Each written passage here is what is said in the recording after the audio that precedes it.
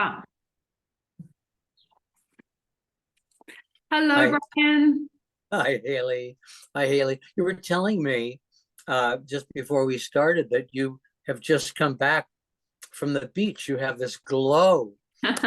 So tell me about the experience. You saw something that touched your heart. Yeah, so along where I live in Mexico, San Cristobal and sort of Chiapas is very much the route of sort of the human caravans and sort of the immigrant caravans. And where we went to the beach was very sort of South Mexico, very close to Guatemala. And to get to that beach, you have to take this highway. And along the highway and the bus stations along that route, it's very clear and very much in your face, the immigrant situation and the refugee situation. And it's interesting because we're never really paying attention to any other country but the US or the Middle East now, or Ukraine in terms of human issues. Mhm, mhm. But if you're along this road, it's very clear that the world is much bigger than just those countries. And for me to see those people, I was very much like, wow, because I'm very aware that people don't leave their homes unless they have to. And to make that walk, they're not driving, they're walking with just like one backpack with them each and their children. It's hot. It really sort of brings to home how they had to leave something and that's all they were able to leave with. It highlights the dedication of a human. They believe so dearly in this idea that there's some way better for them, that they're willing to put themselves through that. But also, what I saw, none of them were crying. None of them were misbehaving. None of them were angry. They were in their little family or friend clusters and they were just walking. And it was, Yep. How did you personalize it in any way? I mean, like I imagine the feeling of privilege might pop into our head. Here I am on my way to the beach in a comfortable bus, and these people are walking. I tend to compare my situation to others a lot. um, I don't. I didn't. And that's sort of a two-pronged answer. I'll get to the first prong of it. I very much believe in human rights and the right of each human to live their life based on their karma, because that's what I believe my life is about. I believe that the experience that I'm having is based on my karma, and I feel entitled to the human right to experience this life, whether it's good or bad. And I believe that every human on this planet has that right. So when I see them, I'm always trying to move into the idea that they're experiencing their karma and may they be experiencing it the best way possible. And that sort of allows me to sort of look at their faces and to really get the truth of, are you in fear? Are you angry? Sort of the things that I think I would feel. That's where I personalize it. I look at their faces, I look at the way they're walking, and I notice that they're okay at that point in time. And then I'm like, wow, that's amazing for the human spirit that even in that situation, you can still be okay. So I kind of tend to go that way with it. I do every single day, every night, have a gratitude practice where I say thank you for my bed, my shelter, that I really have Mhm. no worries. Haley, when you say karma, are you talking about something good or whatever coming back to you in this life because of what you've done in this life or a prior life? Both, both. Okay. Yeah. I mean, the idea of karma genuinely comes from reincarnation and that you're continually trying to move to dharma, which is the life free of suffering. And that, for every action, there's a reaction, meaning that in past lives or in this life, whatever we do, we end up paying for, whether it's good or bad. So I don't necessarily see karma as a bad thing. I just see karma as you're experiencing life based on your decisions and your actions. Uh, Whether it's in this life or another life. do you, I think, you know that if these people are headed towards the border of the United States, many of them are going to be in camps. Do you think they know that? I think they know that by now. I think word travel spreads pretty quickly. I think that they're willing to pay that price. And I think that I don't think that they're dumb. I don't think that they're just walking into a camp. I think that they possibly are planning that they can maybe avoid the camp in some way. I hope that they can avoid those camps because I don't think good things happen in those camps. But I think, that's where every refugee has that decision of that will be better than where I'm coming from, or that might just be a stop. And I think Okay. fantastic documentaries on some refugee camps that are actually economies of their very own. I think that you and I were talking a little earlier about the world, and you were saying that some of the people you've been talking to recently think about that the world is in terrible shape right now. Mm-hmm. And you were questioning them on where's your information coming from. And when we say world, what do we mean? Mm-hmm. The immigration thing became very real to you because it was right in your face. I don't see it because there is no trail in front of me, right? I could read about a boat, trying to get to the US, but I'm not looking at it. Uh, I sort of deal with the crises that I see right in front of me. And because that's all I can really control, Mm-hmm. That's your world. Pardon me? That is your world.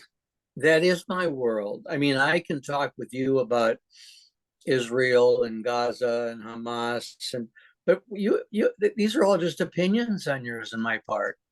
We don't live there. We don't, we don't know the feelings on each side. Mm-hmm. We just don't. We can observe it. But somebody wrote me a note, Facebook note that said, if we are all one body, why are we maiming ourselves? I think that comes back to the very individual question, why do we self-sabotage?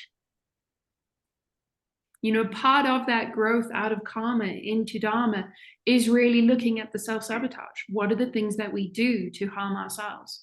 It doesn't mean that you have to be cutting yourself or physically harming yourself. It's those things that we do to limit our potential. So as long as we're doing that at the individual level, it's going to happen at the collective. Right, because of the rippling of our behavior. Yeah. It's too much for me. It's too much for me. I would love, there was an age in my life where I thought, put me in charge. I know how to settle all this stuff. The arrogance of youth, thinking that you have all that you need to solve all these problems. And as you get older, you're realizing that, not tripping over the rug is a big issue. I did good today. I think that's a really wonderful statement, though, because I think when we try and solve other people's problems or other countries' problems without first being in a place of solving our own problems, it does feel too much.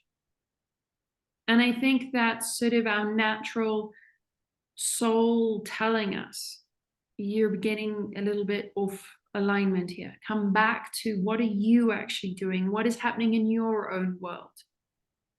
Where are you getting your information from? Is that information true? Are you taking the time to ask questions about it? I think if we all took a step back, and I firmly believe this, if we all took a step back and really asked those questions of ourselves and got very clear ourselves on how we felt about it and what our own individual beliefs were about it, then we would start seeing that greater change at that level. But right now, and I think it's not bad, it's not good, I think it's sort of a cycle. We're collectively far more comfortable pointing fingers than looking in the mirror. We're still at that point. And, you know, the vast majority of my clients are in the US, and they still believe that the US is the best country in the world, has the best human rights record, has the best literacy and life expectancy, and it's, you know, just the best place to be in the world. None of that's true. If you actually stop looking outside of the US and look at the facts and the statistics of life in the US, it's like down in the 20s now of countries in the world. Mm-hmm.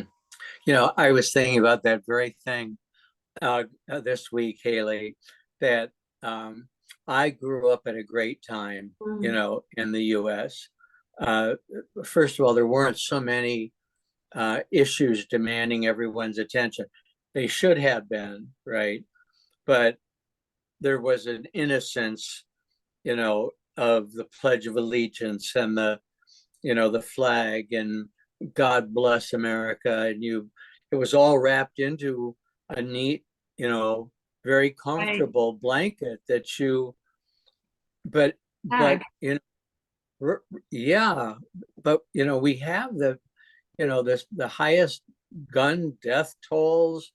I think the highest number of people who own guns. I mean, I don't need to pick apart the US in order to make the point that in some ways it's an incredible place to live. I think generally people are really good, nice people generally, and will reach out, you know, generally, if they can get past their racism or sexism or whatever it is that they're struggling themselves with. But it's an arrogance to believe that it's heaven and that every place else, you know, people are, you know, they just wish they could live here. Well, you know, not necessarily. I mean, we have a little boy that was stabbed to death by his landlord because the landlord, you know, this old guy who looked like he was homeless, stabbed him because he was a tenant who was Muslim. I mean, if I was a Muslim and heard that news, I wouldn't be rushing, you know, to live here. But you know, there are problems in so many parts of the world that we would have thought, like the UK, right? We would have thought with all of our images of the UK and, you know, the prince and the princess and the kings and the queens, that there wouldn't be this strife that there is. But there is strife, and it's based upon, at one point, religion, and now nationality and religion. So many people are going to Portugal right now, cost of living, ease of living. But again, that same thing's going to happen at some point in Portugal, because if too many people find out that it's the best place to be, then suddenly people are going to say, wait a second, I meant it was the best place for me to be, not you to be. You know, it's what you were saying, like sort of, it's all just opinions. I'm definitely not informed enough to be able to speak on all of these world problems and US problems. We can only deal with what's in our world and what we choose to work on and pay attention to. And so I think it's, for me, I'm very much like you. I can look at the news, very specifically at the news, and just be like, this is too much. Like, it's too loud, it's too much, and completely switch it off and don't pay attention to any media because it's just too much. It doesn't mean that I'm not actually living and paying attention to how I'm being in the world. And I think that is part of the hero's journey, is that you start in minimizing your world, you make your world bigger, if that makes sense. Well, you become, I think, you start off with an idea, at least this was true for me. I can only speak for myself. I started off with an idea of who I was and what was true. And the more I learned, the more I became aware that I didn't know myself Exactly. so well, and that I was constantly changing. Writing the memoirs, I was just flabbergasted by how much I changed and my attitudes, behaviors, flabbergasted. And this was me writing right now, right? But thinking back and recording what happened. And I think the hero's journey is to leave comfort with an open mind, often with confidence, because you wouldn't budge if your ego didn't step in and say, you can do this. But boy, along the way, you realize I didn't know anything. I didn't know about sexism. I didn't know about racism. I didn't know about hunger, poverty, lack of education. I didn't know that there weren't any internet hookups, across the world. I thought we were all on the same internet, So I think the hero's journey is going off, becoming aware of it, and then coming back to yourself and figuring out, okay, who I am in the midst of all of this, but I am in the midst of all of this. I can't step back into the cave and just see life as shadows, Right. from the fire. I'm part of it, but I don't control it. All I can control is my awareness of myself and others. Do you agree with that? I agree with that. And I think with that comes an enormous amount of humility to say you can't control. And for me, that is the mantra, don't be the contradiction. Is that right? For me, that's what it means for me. It has been my mantra for probably like 6 years now. Don't be the contradiction, meaning don't say something and act differently, or don't instruct other people to do something, but it's different for you. Sort of being the double standards. Yeah. And another aspect of that is don't be kinder to people than you are yourself. I mean, I can beat myself up a lot. Boy, was that stupid. How could you possibly have gotten lost? I mean, if you tell people this, they're going to laugh at you. And then say, stop it. What big deal is it? You're going to be fine. If you're late, you'll apologize. Relax. Because if you don't breathe, right?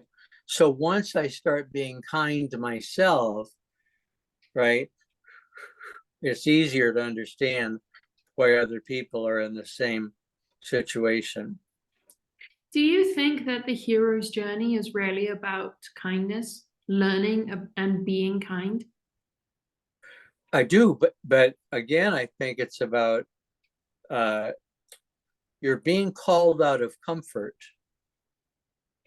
to a bigger truth, right? And you accept the invitation. Some people don't want to leave the comfort. No, they don't. Right? And that's okay. What they do is okay as long as they don't impose it on me. Right. Right? You want the mass said in Latin? That's okay with me, but just don't force my parish to say the mass in Latin, because we all want it in English. So you go find a parish where they say it in Latin, and I'll find a parish where they say it in English, right? Absolutely. So live your world, keep it narrow if you choose. The problem, though, I have and see for you is that everyone's an enemy, except for the cluster of people that you keep around you. And eventually one of them is going to be the enemy, because we always figure out one person's going to be the enemy. And every group, and if the enemy leaves, somebody else is going to pop up as the enemy. Right? Oh, they're a gossip. Can you believe how much they gossip? Or then they leave it. Can you believe how cheap she is? There's always going to be Always chaos, always chaos. always. So I agree with you. The human journey, one is about leaving security, called by the soul, the gift of the call from the soul. I wrote a column about let it be, and I looked up the words and whispered words of wisdom. Right? Let it be. Right? And so the whispered words of wisdom on the hero's journey is, you know what? There's something out there that needs your attention. And it's a whisper. And it's a whisper. It's not a scream. But it's an unceasing whisper. It is. Right? If you're quiet, it's an unceasing Very whisper. important for the quiet. Yeah. I think it's, I don't, also in a lot of my sessions, I'm sort of redefining meditation. And we're not asked to be quiet and still the entire day. No. We're asked to do that whenever we feel the anxiety, whenever we feel confusion, when we don't have clarity, be still. But the rest of the day, we need to be living to be. And there's an essence of doing in that. But that's also a meditation too. Because I don't think that the whispers are louder when you're still, when you're quiet. But when you are doing things that you love and you are in complete alignment with yourself, you continually hear the whisper. The conversation is ongoing. That's right.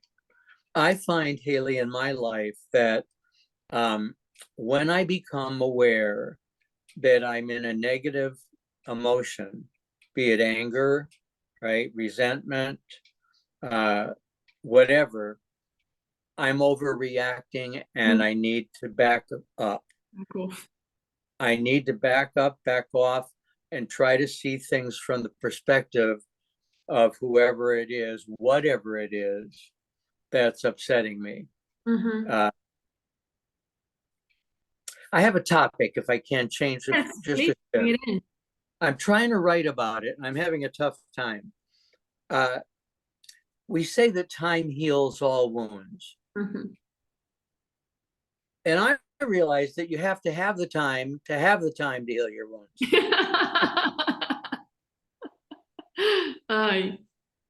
Right? I lost my best friend in the world when I was 33 in an automobile accident.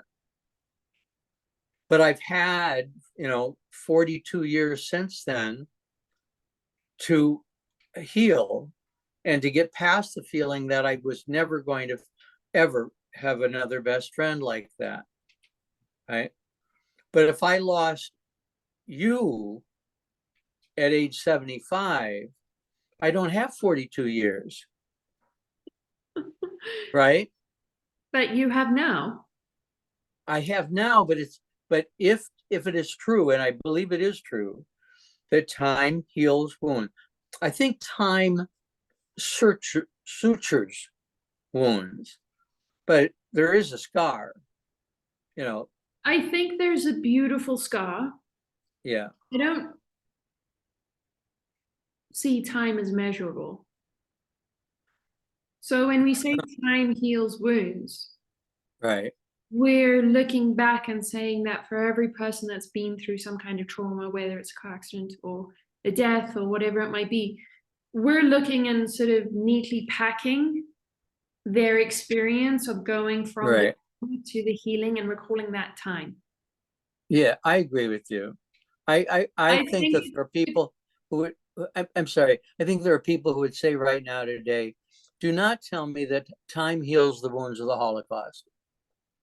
Even if that person wasn't in it, if their parent had a serial number on their arm. And slavery, all that. I think we can all sit and pick apart from it.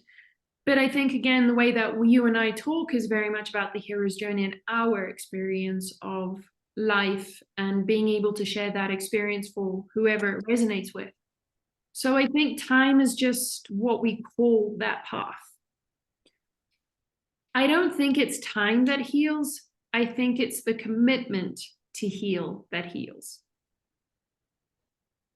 I don't disagree with that, because I've had a couple people on Facebook whose child or whose spouse died years ago, and that's all they can write about. It's so interesting that you were talking about this, because I have been working with a couple clients, and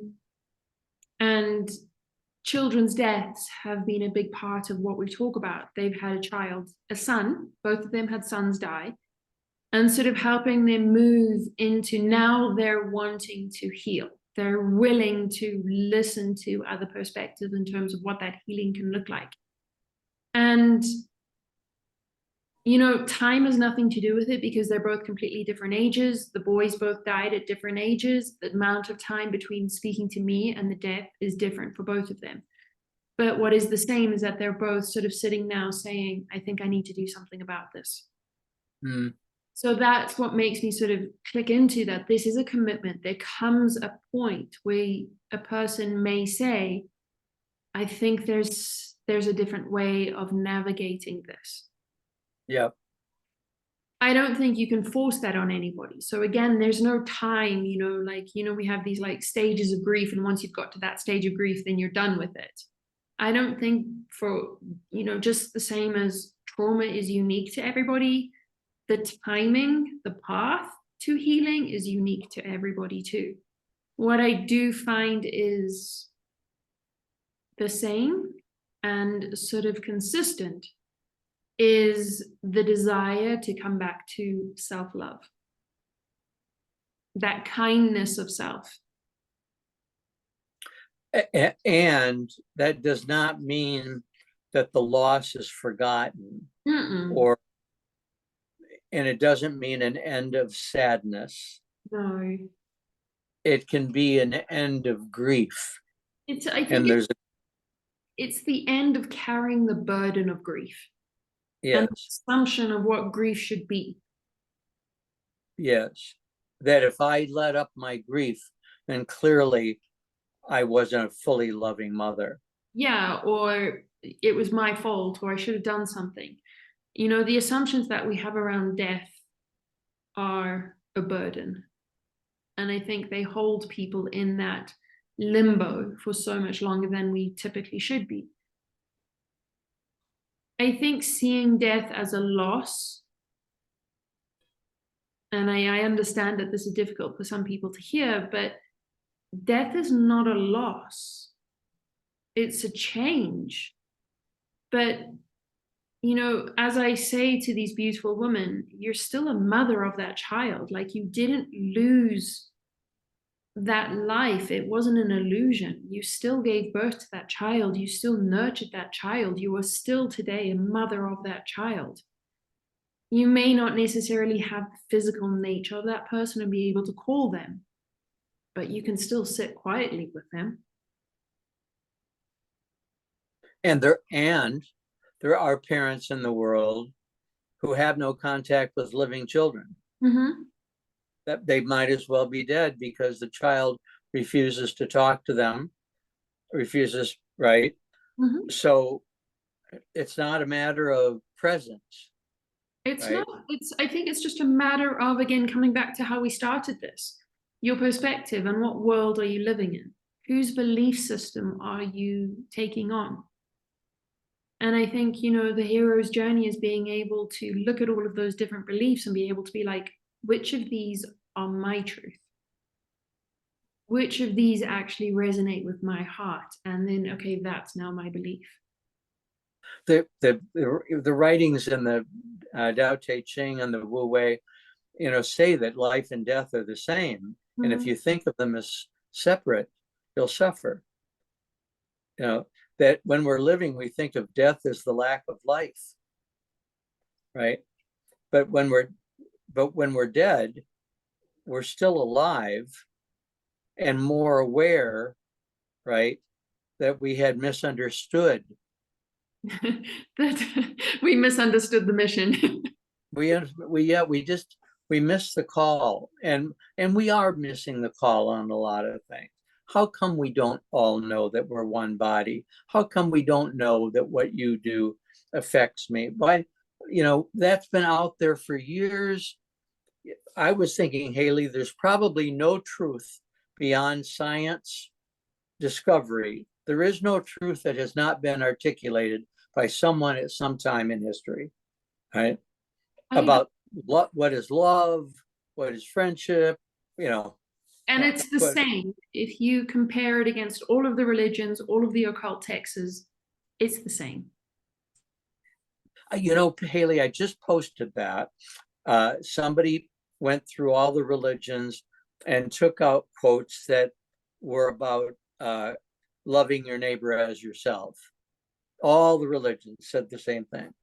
And most people who responded to that repost of mine said, yes, that's it. That's it. And one person wrote, this is trite, that there are great differences between religions. And that, and so I thought, I'm going to look this person up. Now I'm into your world. Now I want to know what's going on. And the person photo was themselves in a bishop's hat, the expensive clothes and cloak, right? And they were the bishop of the old Catholic Church, which is not old. It was not in this century, created, or in the early last. When you have an investment in religion, you don't want anyone saying that all the religions have the same. I don't know if it was you that I said, where 2 or 3 are gathered in my name, out comes the collection basket. Mm-hmm. Because we have to pay for the rent. Okay, I'll do that. And then more come, well, we got to build a church. We got to build a school. There's no end to it. There's no end to it. And I think. And I can't afford you leaving, Haley. I need you to stay in this church, because if you go to the one down the street, they get your money and I got to have your money. I think that we can see this, whether it's true or what. I think it's a perspective that requires respect. Neither, I can say some of it's wrong, some of it's right, but that's just based on my own belief system and my idea of my world and how I want my world to be. I understand that that person has a completely different perspective on how he wants his world to be, and he's entitled to that. Absolutely. Am I okay with his tactics? No. But honestly, just like we were saying, like the media gets too much, and I kind of have to just switch it off and just be like, I can just only focus on my world. I also have to have the humility to get very clear on what I believe in. And I do believe in karma. Yeah. So my relaxing thought is karma. This isn't something that goes along without being noticed. Just because right now it doesn't look like anything's being done about it, there's much bigger forces at play here. Because that's my experience of life. That's my experience of the hero's journey. That's my experience of karma. I don't think I've done really horrendous things, but sometimes that karma's felt awful. Like to unwind out of my life and the trauma that I experienced in this life, I very much believe that it was my karma to experience that. It was awful. Now, if I went and massacred a bunch of people, I can't even imagine how awful that karma is going to be. Yeah. So I can't even imagine. So I do sit back. Is karma, Haley, is karma the same as calling?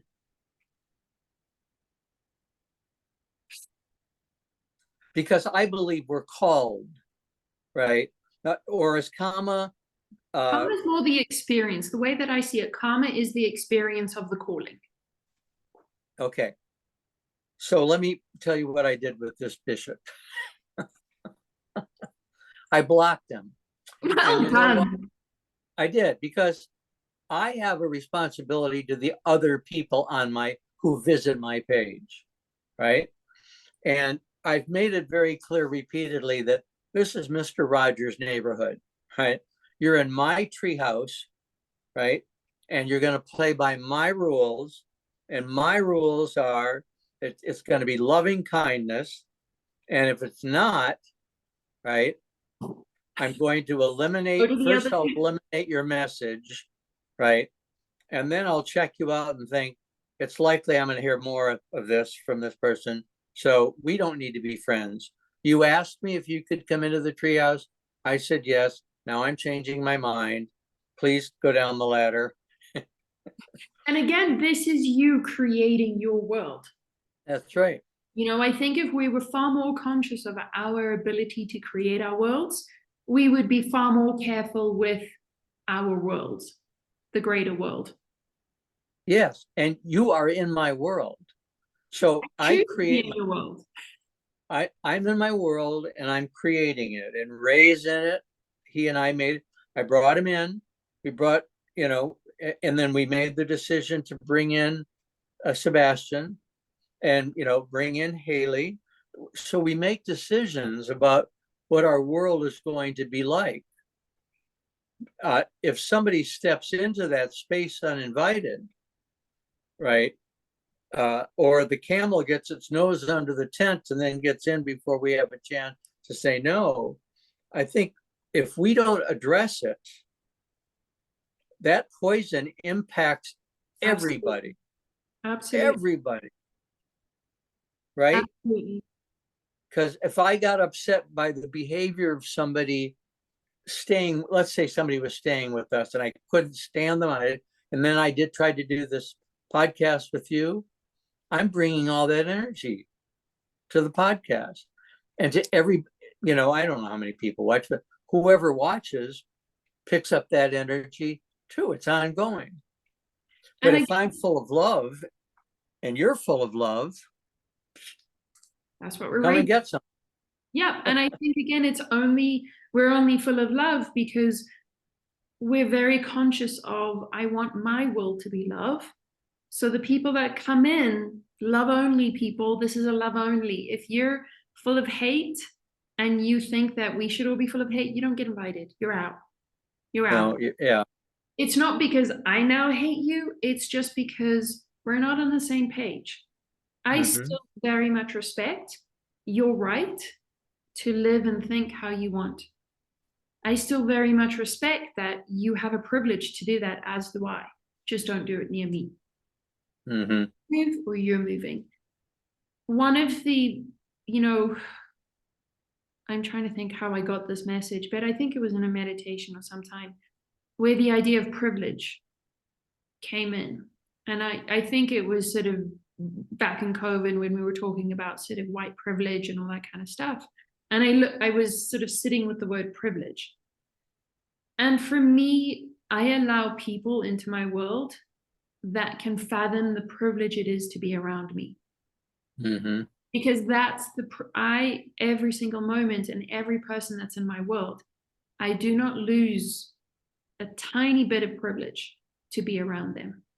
Even if I'm around you 24/7, I'm still very conscious of the privilege it is to be around you. So if somebody isn't in that same kind of energy space, we're not meant to be talking. Like, we don't really speak the same language. And it is a privilege, right? And I'm really glad that you use that word. I always acknowledge when people give me time. It's a privilege to have them take time out of their lives, which is limited at some point, right? At least the human part, uh, they're taking time out. What a privilege that is. I Whether they're listening to me or reading my book or, or doing something for me. What a privilege to have them give me their time. be able to spend time with somebody and to be fully present in that time, I think it's a privilege. And I feel like my love language is moving more and more away from I love you to thank you. Thank you for your time today. Thank you for spending time with me or allowing me to be with you while you were doing other things. Yes, exactly. It's my new I love you, the thank you. Thank you for your Well, time. yeah, yes, absolutely. It's gratitude. When we say love, what in the hell does that mean? You know, love you, mean it. that, people used to say it all the time. Love you, mean it. And then, or I love you to the moon and back. What? How many people are you saying that to? And what does it mean? What does it mean? And, I love you, but my love for you is different than my love for Ray. My I love think for Lincoln. Go ahead. love is another one of those words that unless you've taken the time to define what love means to you, like what does it even mean? Like what are you even saying? Yeah. Yeah, I think thank you is a lot easier, isn't it, to understand? I think I find thank you is a more generic language of love because everybody understands when you say thank you for spending time with me. They understand the thank you. They're a little bit flabbergasted with spending time with me. Like, why are you saying thank you for hanging out with me? I'm like, no, that's my love language. And they're okay Right. with it at that point. It's the first time it's a bit thing.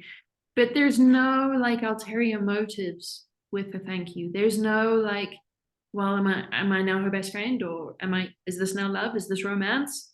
Like, are they hitting on me? There's none of that with the thank you. Yeah.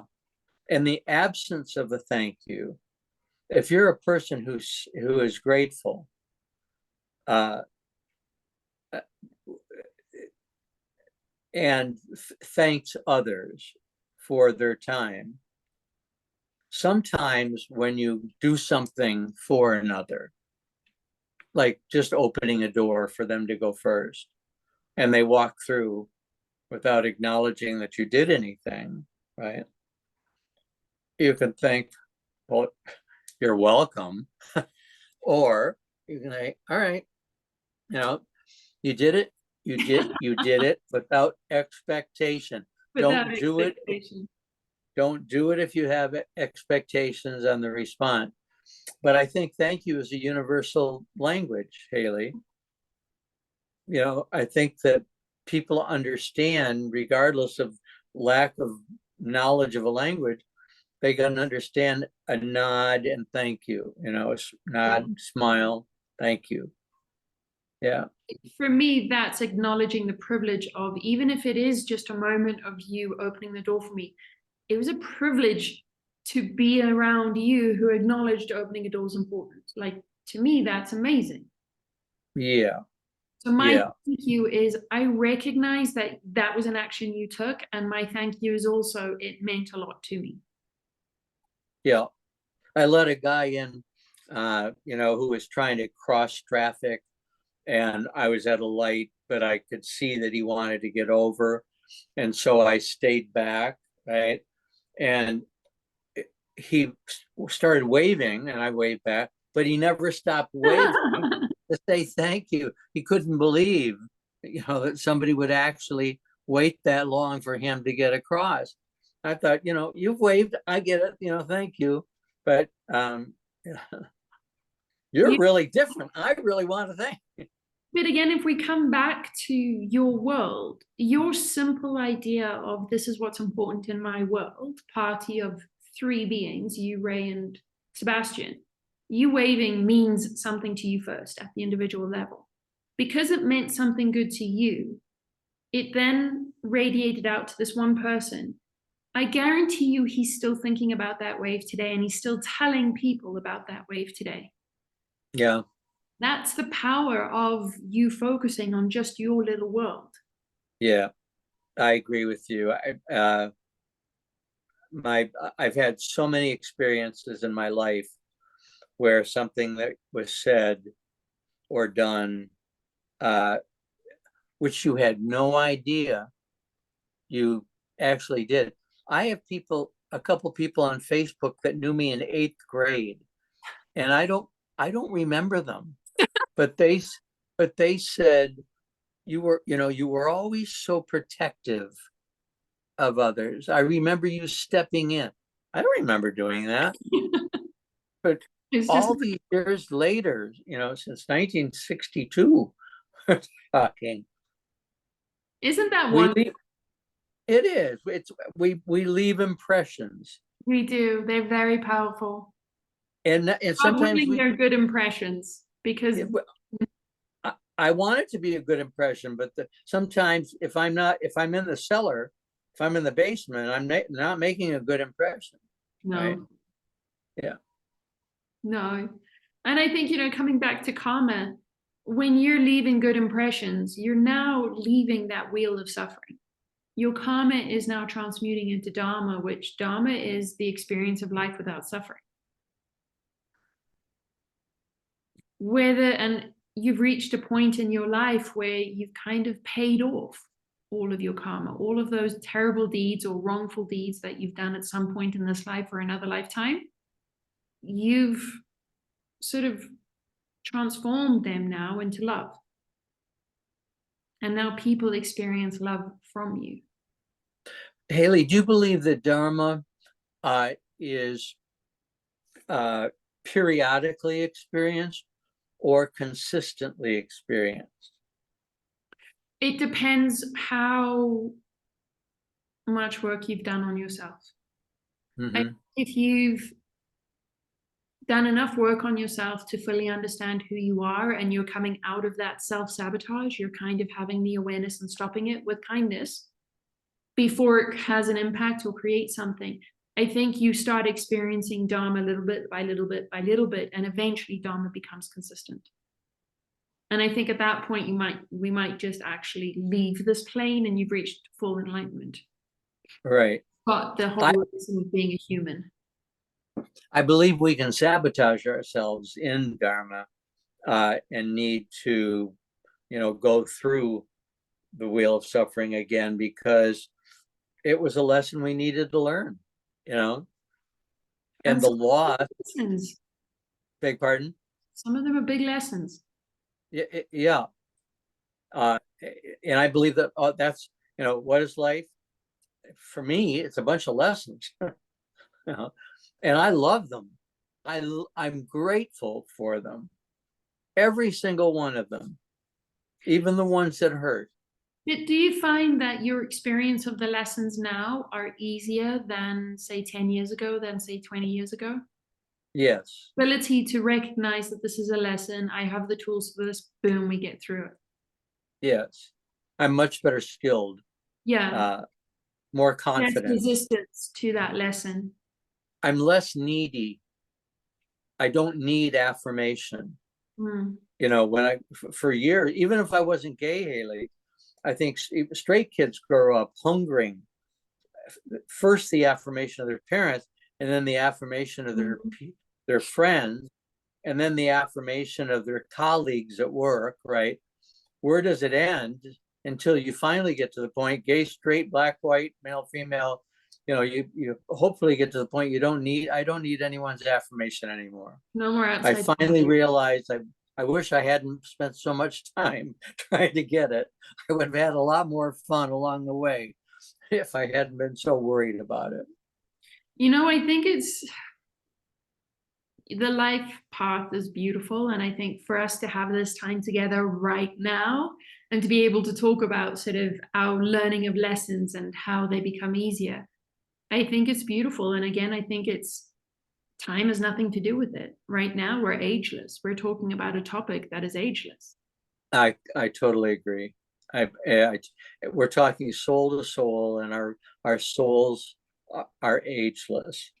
One of the things is, Haley, that you and I both are talking with no investment in this. We're not hoping for a sponsor. We're not hoping to increase followers. I'm not thinking about what anybody else is thinking when we're talking. I'm talking to you. Yeah, this is And our it's our time. It's our experience. We're aware that somebody might listen in, but that's not changing what we're saying. We're not putting on a performance to create a following. And so many other people feel trapped in that. Politicians often feel trapped in that. Can't even imagine. And I know we're running out of time, but I think just sort of ending, do you find that now, at this time in life that you are, that connecting with people is so much sweeter? And even though you could have enjoyed connecting with people your entire life, do you find that you, in this place of your experience of this life, connection is sweeter and just more heartful? I do, and this is the reason, is that when I'm with somebody fairly new, and I'm not I have no need to impress them, right? I've lost that request for affirmation, that it's easier to figure out, it's quicker to figure out whether or not there's going to be a connection here. Mm-hmm. And if there is a connection, it's because this is a fellow traveler and my soul recognizes that, right? You and I are fellow travelers. And we know that. We knew that the first time we started talking. Yeah. And what a journey. That's great. It is a privilege to walk beside you. One of my blessings. You know that I feel the same way. I look forward to our time. Sometimes I think about, well, what are we going to say? I don't know. How are we going to fill an hour? There's so much to talk about that it's never ending. No. So thank you, Haley. And you know that I love you in a way that's tangible. But thank you for the privilege of this time. Thank you for the time, and we'll see you soon. Good. Bye-bye. Love. Talk soon. Bye.